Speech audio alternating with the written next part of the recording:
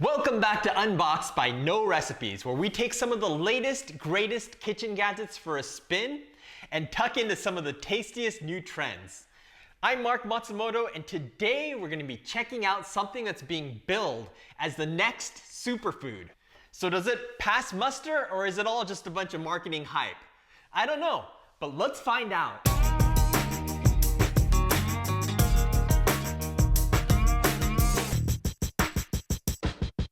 I recently got invited down to Thailand as part of their Think Rice, Think Thailand campaign. And I got to spend a few amazing days touring around Chiang Mai and checking out the local rice culture. But I have to say, one of the most memorable moments was trying riceberry out for the first time. Now I know what you're thinking. What the heck is riceberry? Is it like rice cooked with berries? Well, not exactly. It's actually a kind of rice that's a hybrid between home nil, or black jasmine rice, and Khao Dok Mali 105, I know that's a mouthful, which is another type of jasmine rice. And it was developed with the express purpose of creating a nutrient-dense rice that cooks up just like regular white rice. So I've actually brought back a pack with me from Thailand, and let's open it up and check it out. So they come in little bricks like this, and I'm gonna take it out of the plastic so you can kind of see what it looks like inside. Ooh.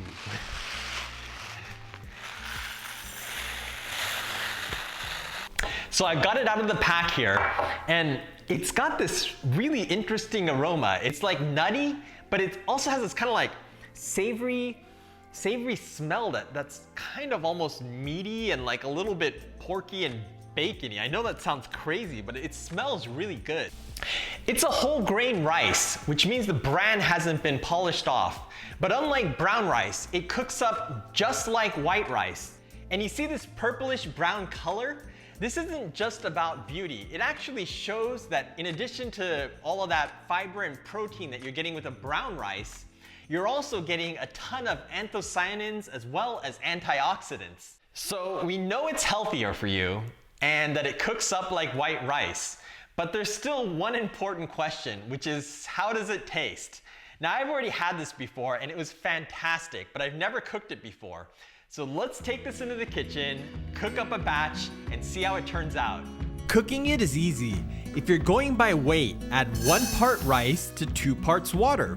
So if you're cooking 100 grams of rice, you want 200 grams of water. If you're using volumetric measurements like cups, you want 1 2/3 cups of water for every cup of rice. Now just cover this with a lid and bring it to a boil over high heat. Once you see steam escaping from the lid like this, turn down the heat to maintain a gentle simmer and set the timer for 20 minutes. When the timer goes off, turn the heat off, but don't open the lid yet. You want to let the rice steam like this for at least another 10 to 15 minutes. When the rice is done steaming, open the lid and use a rice paddle or spoon to fluff it up.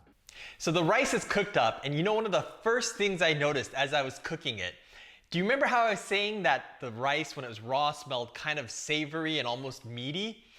That smell just kind of blew up and made the whole house smell like, kind of like you're making a really nice stew or a soup with some meat and some cabbage and carrots. I don't know how to describe it. It's like this savory smell. All I did was add water and the rice. You saw it in the video, and you know, it cooked up like this. Beautiful color, and it's the aroma that really just kind of sets it apart. It smells great. So I'm gonna go in for a bite here and see what it tastes like. You can see here. I love the texture. It's got that kind of like poppy thing, you know, going on, kind of like brown rice, how it's got that bran on the outside. When you bite into it, it kind of like pops and it releases that sort of chewy, sweet, savory rice on the inside. It's got that going on, but it's not too tough. You know, considering we only cooked this for 20 minutes, this is amazing. You know, I'm not usually a huge fan of just eating rice by itself. I guess it's the Japanese in me. I need some pickles or some miso soup or something to go with it. But this rice is so flavorful. It's nutty and sweet and delicious. I could literally eat this whole bowl without anything else. And you know, given the nutritional content of this, that actually might not be such a bad idea. I made short work of that rice. I don't think I've ever eaten a whole bowl of rice before without anything else, but it was so flavorful I couldn't stop eating it. I think this might be my new favorite type of rice. So, what did you think? Do you have any questions about Riceberry? Let me know in the comments down below and I'll try to get an answer for you. Also, if you enjoyed this video, please give us a big thumbs up. And if you haven't already, be sure to smash that subscribe button and notification bell so you don't miss our next episode. Thank you so much for tuning in, and I'll catch you in the next one. Check us out on Instagram at No Recipes.